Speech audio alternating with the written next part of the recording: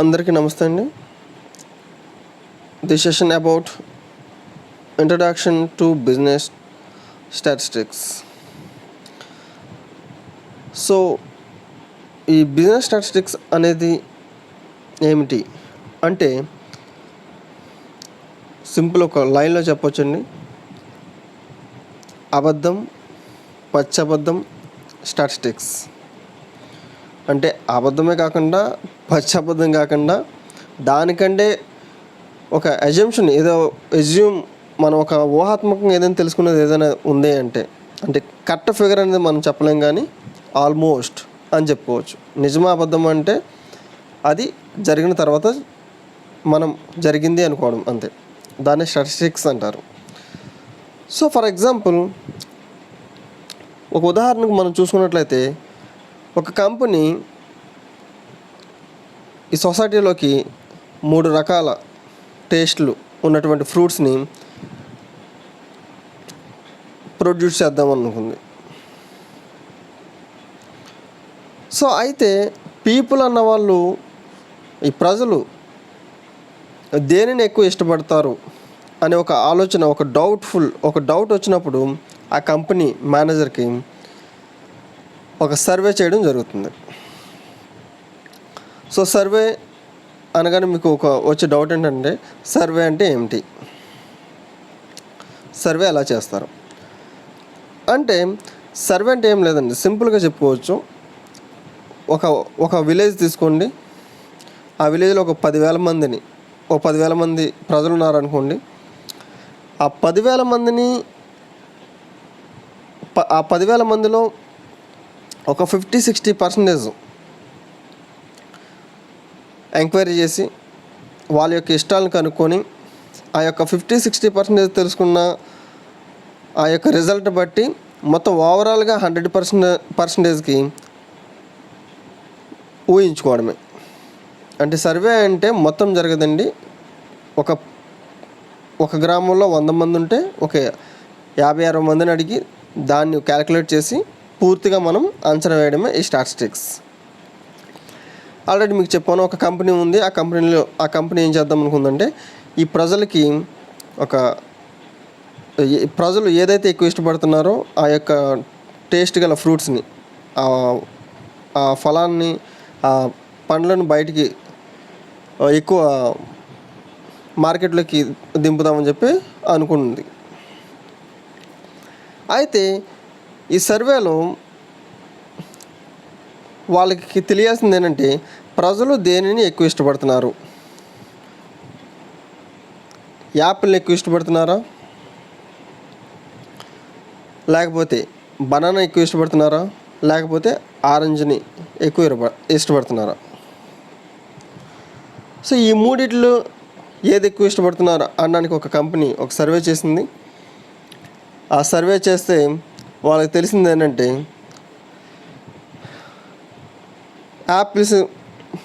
యాపిల్స్ని ఇష్టపడ్డ వాళ్ళు 35 మంది ఉన్నారు. బనానాస్ని ఇష్టపడిన వాళ్ళు 28 మంది ఉన్నారు. ఆరెంజ్ని ఇష్టపడ్డ వాళ్ళు 22 మంది ఉన్నారు.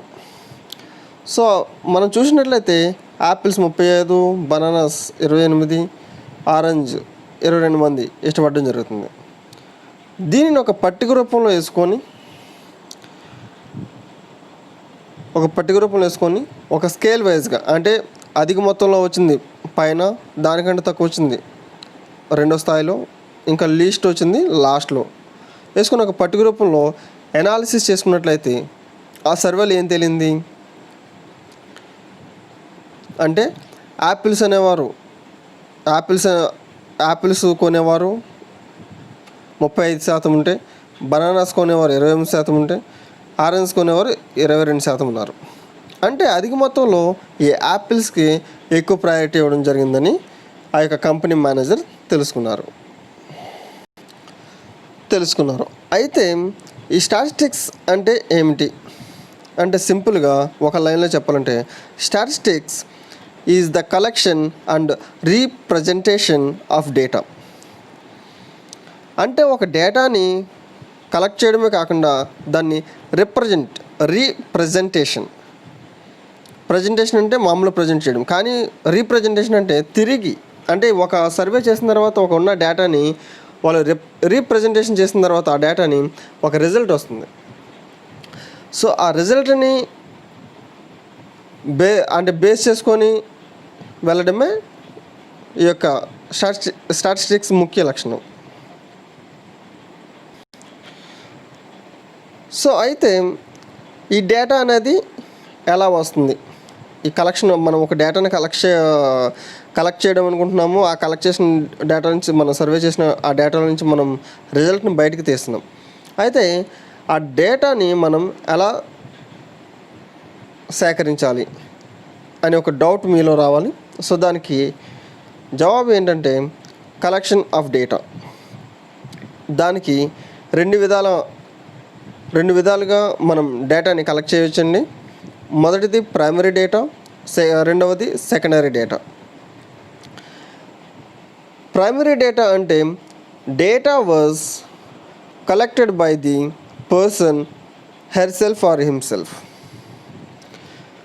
ప్రైమరీ డేటా అంటే ఏం లేదండి, స్వతహాగా ఆ కంపెనీలో ఉన్నటువంటి ఎంప్లాయీస్ కానీ లేదా మేనేజర్ కానీ ఎవరైతే ఉన్నారో వాళ్ళు డైరెక్ట్గా సొసైటీలోకి వెళ్ళి, ప్రజల్లోకి వెళ్ళి, మీరు ఏమి ఇష్టపడుతున్నారు, యాపిల్నా లేకపోతే ఆరెంజ్నా లేకపోతే బనానా అని చెప్పి డైరెక్ట్గా అడగడం, డైరెక్ట్గా ఆ డేటాని కలెక్ట్ చేయడం వాళ్ళు స్వతహాగా. ఈ విధమైన ప్రాసెస్ ఏదైతే డైరెక్ట్ టు డైరెక్ట్ అంటే ఒక వ్యక్తి తన యొక్క డౌట్ని డైరెక్ట్గా వెళ్ళి అడిగి వాళ్ళ యొక్క సందేహాలను, వాళ్ళ యొక్క అయిష్టాలను తెలుసుకొని ఆ యొక్క విషయాలను, అంటే ఆ ఇన్ఫర్మేషన్ సేకరించినట్లయితే దాన్ని ప్రైమరీ డేటా అంటారు. మరి సెకండరీ డేటా అంటే the data was collected from A sources which already had the information. Secondary data అంటే ఏం లేదండి. ఇప్పుడు ప్రైమరీ డేటా అంటే ఏమనుకున్నాము, డైరెక్ట్గా పర్సన్ వెళ్ళి వారి ప్రజల్లోకి వెళ్ళి ఆ ప్రజల దగ్గర ఉన్నటువంటి తనకు ఏదైతే ఇన్ఫర్మేషన్ కావాలో ఆ ప్రజల నుంచి డైరెక్ట్గా తీసుకోవడం. ఈ సెకండరీ డేటా అంటే from the books, from the websites, from the other persons or stories. ఏదైనా అంటే ఒక విషయాన్ని డైరెక్ట్గా తీసుకోవడం కాకుండా ఒక పుస్తకంలో రాసిన దాన్ని కాపీ చేయడం కానీ, ఒక కంప్యూటర్లో ఉన్నదాన్ని కాపీ చేయడం కానీ, లేకపోతే ఎవరి దగ్గర ఇచ్చిన విషయాన్ని తెలుసుకోవడం కానీ, అంటే already had the information, already ఎక్కడో ఎవరో ఒకరు ఒక సమాచారాన్ని రాయడమో చెప్పడమో జరిగిన ఒక విషయాన్ని మరలా తిరిగి దాన్ని మనం కాపీ చేసినట్లయితే, వారి దగ్గర నుంచి స్వీకరించినట్లయితే, లేదా పుస్తకాల నుంచి మనం రాసుకున్నట్లయితే, లేకపోతే మనం కంప్యూటర్ నుంచి కాపీ చేసినట్లయితే, ఆ వెబ్సైట్ నుంచి మనం తీసుకున్నట్లయితే, ఆల్రెడీ ఉన్న డేటాను మనం తీసుకున్నట్లయితే దీన్నే సెకండరీ డేటా అంటారు. సో ప్రైమరీ డేటా మనం డైరెక్ట్గా తీసుకునేది. సెకండరీ డేటా ఆల్రెడీ డేటా ఉంది, దాన్ని మనం రెఫరెన్స్గా తీసుకున్నట్లయితే దాన్ని సెకండరీ డేటా అని మనం చెప్పుకోవచ్చు.